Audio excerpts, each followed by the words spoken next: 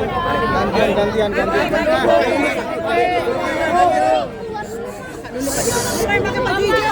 Pakai baju hijau. Kita nggak bakal pernah mulai kalau bapak belum kesana, Pak. Burung Pak buat media. Udah.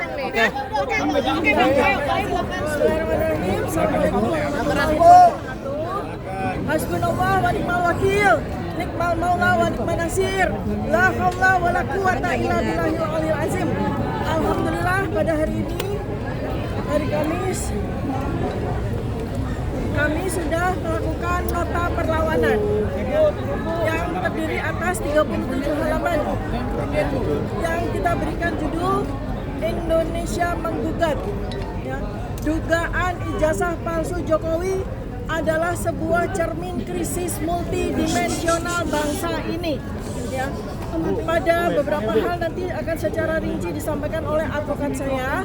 Yang pertama adalah bahwa surat dakwaan yang diajukan kepada saya itu secara penuh setelah kami pelajari mengandung dua kelemahan utama yang membuat sidang atas nama saya sebagai terdakwa tidak bisa lagi dilanjutkan, yaitu terjadi error in objecto dan error in persona.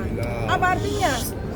Objek yang didakwakan kepada saya itu salah secara objek, ya, karena yang saya dan Mas Roy Suryo lakukan pengkajian adalah benda digital, objek digital yang beredar di internet yang dimiliki oleh saudara Dian Sandi. Kami sama sekali tidak melakukan pengkajian, komentar apapun terhadap dokumen digital yang diakui oleh saudara Joko Widodo. Karena secara fakta, saudara Joko Widodo tidak memiliki ijazah dalam bentuk digital. Jikalau memang benar beliau adalah lulusan Fakultas Kehutanan UGM tahun 1985, jikalau benar, maka dokumen yang dimiliki adalah dokumen yang bersifat analog, di mana kita semua sampai dengan 11 tahun kita menanti sama sekali belum pernah ada kemunculan dari dokumen ijazah tersebut, sehingga jelas bahwa dugaan atau dakwaan dari jaksa itu salah secara objek, ya. Kemudian yang kedua adalah error in persona, karena ini berkaitan dengan laporan yang dilakukan oleh saudara Joko Widodo terkait dengan locus dan tempus delicti yang sangat aneh dan janggal. Karena locus dan tempus delicti itu berpindah-pindah dari sejak kami pertama kali diperiksa sebagai saksi tanggal 11 Mei 2025. Pada waktu itu yang dilaporkan sebagai locus dan tempus delicti adalah sebuah peristiwa tanggal 22 Januari 2025, di mana kami sama sekali atau saya sama sekali tidak berada pada locus dan tempus yang dimaksud.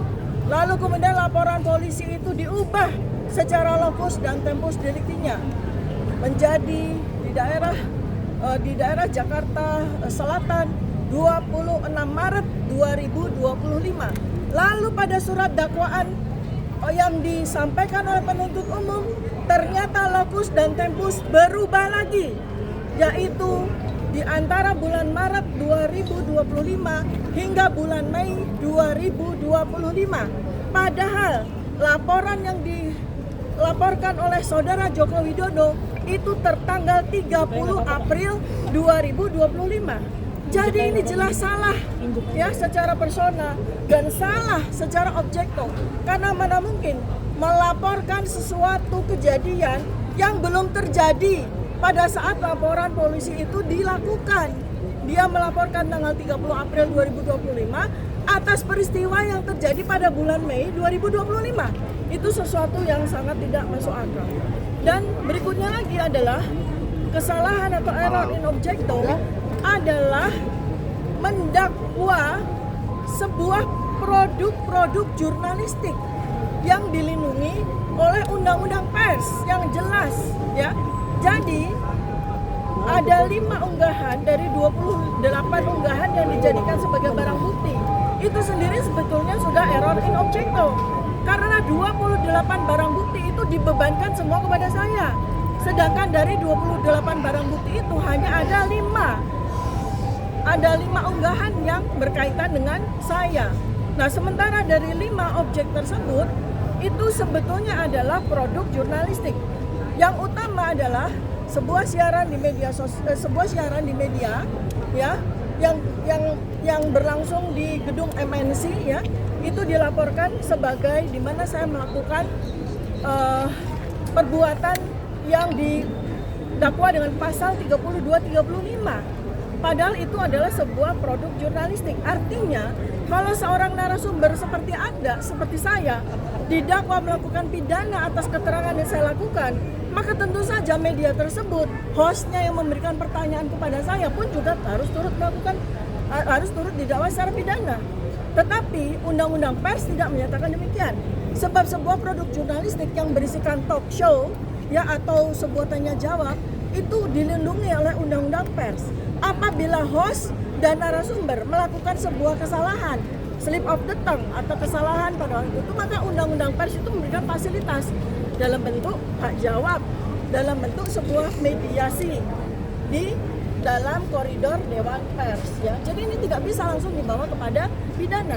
Kalau sampai terjadi seperti ini, maka inilah yang disebut sebagai chilling effect, membuat semua orang takut untuk bicara.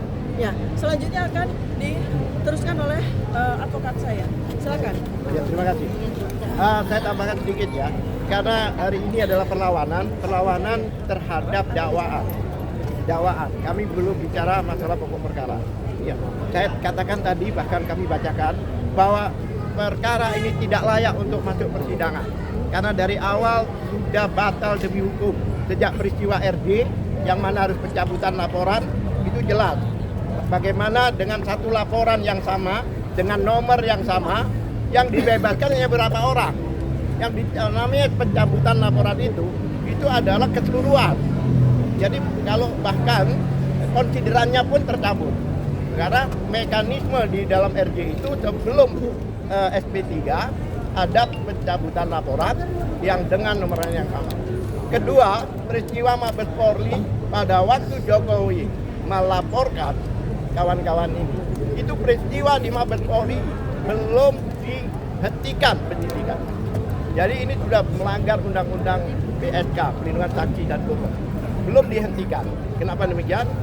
Laporannya bulan April, 30 April, sedangkan penghentian penyelidikan adalah 22 Mei.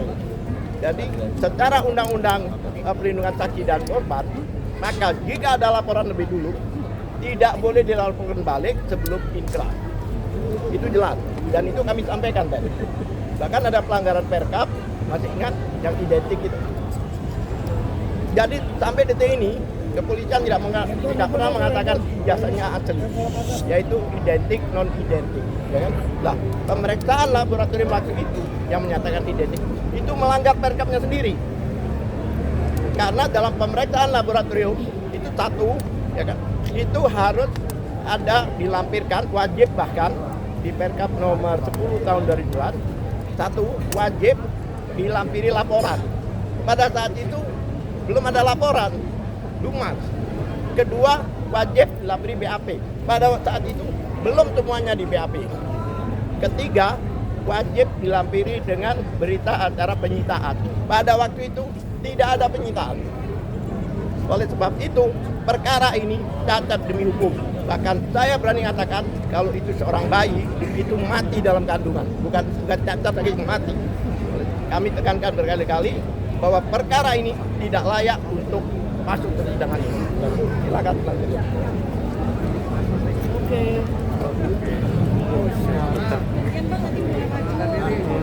Dokter Tifa maju dikit. Abang dulu berarti abang di depan.